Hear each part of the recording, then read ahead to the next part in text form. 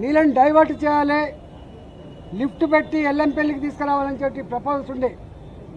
కానీ ఆనాడు మహారాష్ట్ర ప్రభుత్వం అభ్యంతరాలు చెప్పడం వల్ల ఆనాడు మహారాష్ట్ర భూములు మునుగుతైన నెపంతో ఆనాడు శాంక్చురీ పార్క్ ఉందని చెప్పి ఆనాడు 152 మీటర్ల నుంచి 148 మీటర్లు తగ్గించాలన్నప్పుడు తెలంగాణ అవసరాలకు ఆనాడు ప్రభుత్వం చేపట్టిన ప్రాజెక్టులకి 16,50,000 ఎకరాల నీళ్లు కావాలని, 10 టీఎంసీల నీళ్లు రూరల్ ఏరియాకు తాగునీళ్ళ కోసం కావాలని, 30 టీఎంసీల నీళ్లు హైదరాబాద్కు కావాలని, 15 టీఎంసీల నీళ్లు ఇండస్ట్రీస్ కావాలని చెప్పి అయితే కోరిండ్రో అవి ఫుల్ఫిల్ కావు అని చెప్పి CWC report, irrigation department report వచ్చినప్పుడు కేసీఆర్ గారు అన్నాడు ముఖ్యమంత్రిగా ఒక మంత్రివర్గ ఉపసంఘాన్ని వేసిండు.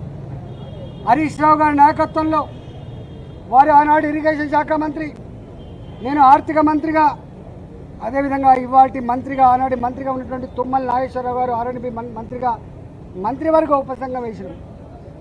మంత్రివర్గ ఉపసంఘం సిడబ్ల్యూసి రిపోర్ట్లు, ఇరిగేషన్ డిపార్ట్మెంట్ ప్రతిపాదనలు, వాళ్ళ అవసరాలన్నీ కూడా మా ముందుకు పెట్టినప్పుడు మేమన్నాం, ఒకవేళ కనుక ఈ తుమ్మిడి గట్టి చేవెళ్ళ మన అవసరాలని తీర్చకపోతే మరో ప్రత్యామ్నాయ మార్గాన్ని అన్వేషించమని చెప్పినప్పుడు వారు అనేక రకాల సర్వేలు చేసి, అది టెక్నికల్ వాళ్ళు కాబట్టి ఇవాళ మేడిగడ్డ, సుందిల్ల, అన్నారం ప్రాజెక్టులకి వాళ్ళు ప్రపోజ్ చేశారు. ఆనాడు ఆ ప్రాజెక్ట్ కాస్ట్ 63,000 కోట్లు అని చెప్పి వాళ్ళు అంచనా వేశారు. ఆ తదుపరి అనేక పరిణామాలు, అనేక జిల్లాల్లో వచ్చిన డిమాండ్లు, ఇంకా అనేక కొత్త ఏరియాకు నీళ్ళు ఇవ్వాలన్నటువంటి రైతుల ఆక్రందనలు, ఉన్న ఇరిగేటెడ్ ఏరియాకు స్టెబిలైజ్ చేయాలన్నటువంటి నిర్ణయాలు, అనేక రకాల నిర్ణయాల వల్ల అది 82,000 కోట్లకు పోయినమాట వాస్తవం. ఆ తదుపరి ఏం జరిగింది మాకు సంబంధం లేదు. ఇక్కడ మమ్మల్ని అడిగిన ప్రశ్న ఏంటంటే, మీరు ఆర్థిక మంత్రిగా ఉన్నారు కదా, ఈ డిజైన్లతో, ఈ కన్స్ట్రక్షన్తో, ఈ టెక్నికల్ ఆస్పెక్ట్తో మీకు సంబంధం ఉందా అని చెప్పి అడిగారు. మాకు ఏమీ సంబంధం ఉండదు. రెండో ప్రశ్న, వాళ్ళని కాళేశ్వరం స్పెషల్ పర్పస్ వెహికల్ అయితే పెట్టిండ్రో, కాళేశ్వరం ఇరిగేషన్ ప్రాజెక్టు కోసం ఒక కార్పొరేషన్ పెట్టిండ్రో, ఆ కార్పొరేషన్ రుణాల మీద మీకైనా అధికారం ఉందా అడిగినరు. కానీ కార్పొరేషన్ మీద ఆర్థిక డిపార్ట్మెంట్కి, ఆర్థిక మంత్రికి ఏం సంబంధం లేదు. వాళ్ళు ఆనాడు ప్రాజెక్ట్ రిపోర్టు బ్యాంకులో సబ్మిట్ చేసిండ్రు, డబ్బులు తెచ్చుకున్నారు, వాళ్ళే ఖర్చు పెట్టుకుని తప్ప మాకు సంబంధం లేదు. అసలు ఒక్క మాటలో చెప్పాలంటే ఇరిగేషన్ డిపార్ట్మెంట్కు తోడుగా అనుబంధంగా వాళ్ళ దగ్గరనే ఒక అకౌంట్ డిపార్ట్మెంట్ ఉంటుంది, దానికి ఒక ఆడిట్ డిపార్ట్మెంట్ కూడా ఉంటుంది. ఆ బిల్లులు మంచా చెడా, పనులు అయినాయా కాలేదా, క్వాంటిటీ ఉందా లేదా, క్వాలిటీ ఉందా లేదా, ఇవన్నీ చెక్ చేసుకోవాల్సింది ఆ ఇరిగేషన్ డిపార్ట్మెంట్ నుండి వాళ్ళ అకౌంట్ సెక్షన్, ఆ తదుపరి ఆడిట్ సెక్షన్ మా దగ్గరికి వస్తుంది. కాళేశ్వరం కార్పొరేషన్ కింద ఏ డబ్బులైతే ఉండనో వాళ్ళే నేరుగా పే చేసుకుని మాకు సంబంధం లేదు. బడ్జెట్ అలొకేటెడ్ డబ్బు అయితే ఉందో మా దగ్గర అలొకేటెడ్ డబ్బు ఉంటే తప్పకుండా దాని ప్రకారం బిల్లు పే చేస్తాం తప్ప దాని వాల్యూస్తో కానీ వాటితో మాకు ఏం సంబంధం లేదని చెప్పి కరాఖండిగా చెప్పడం జరిగింది.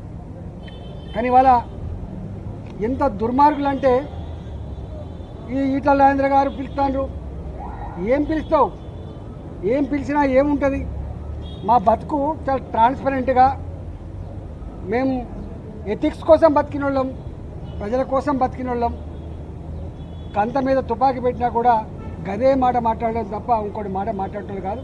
ఇవాళ పిచ్చి కూతలు, కారు కూతలు, ఇలా కుక్కలు లెక్క ఎక్కబడ్డే మాటలు చూస్తూ ఉంటే బాధ అనిపిస్తూ ఉంది.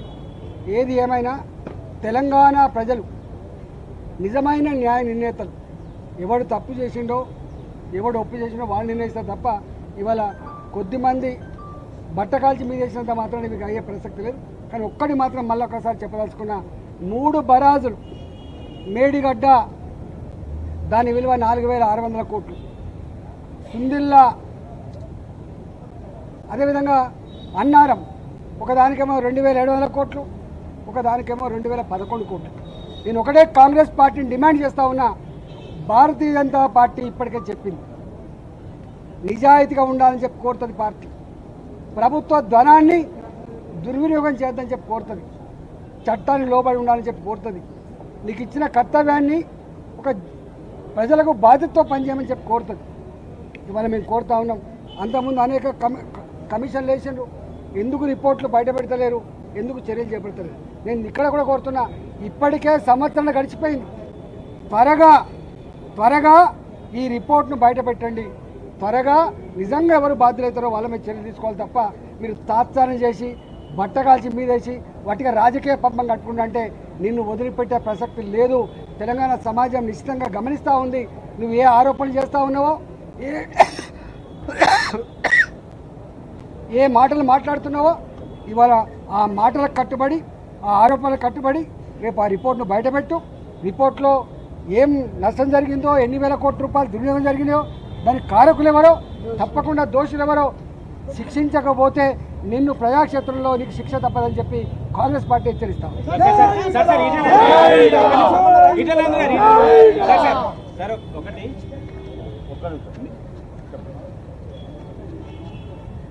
మీడియా సమావేశాల్లో ఈటల రాజేందర్ పదే కొన్ని అంశాలు చెప్పారు. కాళేశ్వరం ప్రాజెక్టు ముమ్మాటికి కేసీఆర్ తానే డిజైన్ చేసి తానే కట్టారు అని చెప్పారు. ఈ అంశాన్ని ఈరోజు కమిషన్ ముందు చెప్పారా? ఇది క్యాబినెట్ ఓవరాల్ నిర్ణయము, దాంట్లో మంత్రుల ప్రమేయం ఉండదు, ఇది టెక్నికల్ టీం తీసుకునే నిర్ణయం అని చెప్పినట్టు తెలుస్తుంది. అంటే మీరు కేసీఆర్ని రక్షించే ప్రయత్నం చేస్తున్నారు. నేను చెప్పడం కాదు చారి, కేసీఆర్ గారే వందల సార్లు బహిరంగ సభల్లో ఏం చెప్తాడు, మీతో కూడా చాలాసార్లు చెప్పుకుంటాడు. Brain child of KCR, Kaleshwaram project సృష్టికర్త కేసీఆర్ అని చెప్పి తాను చెప్పుడు, నేను చెప్పడం కాదు. మీరు కమిషన్కి చెప్పారా మరి ఆ విషయాన్ని? వందల సార్లు మీటింగ్లలో, ప్రెస్ మీట్లలో నా మెదడు కరిగించుకొని ఇంత కష్టపడి అనేక రకాల సర్వేలు చేసిన చెప్పి ఆయన చెప్తున్నాడు. కానీ ఒక్కటి, కమిషన్ ముందు వెళ్ళినప్పుడు మాత్రము ఇది కేబినెట్ నిర్ణయము, టెక్నికల్ స్టాఫ్ తీసుకుంటుంది, మాకు రాజకీయ నాయకులకు సంబంధం లేదంటే ఒక రకంగా మీరు కేసీఆర్ని బయటపడే ప్రయత్నమే కదా. నీకు తప్పుడు అర్థమవుతుంది, నువ్వు ఆలోచన తక్కువ చేస్తున్నావు. నేను అన్న మాట ఏంటంటే, ప్రాజెక్టు కట్టాలన్న ఆలోచన ప్రభుత్వం తీసుకుంటుంది. టెక్నికల్ కమిటీ తుమ్మిడిహట్టి దగ్గర కట్టద్దని చెప్పింది.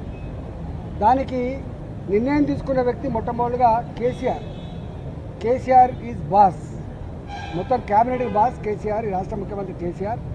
దానికోసం కమిటీ వేసిండు.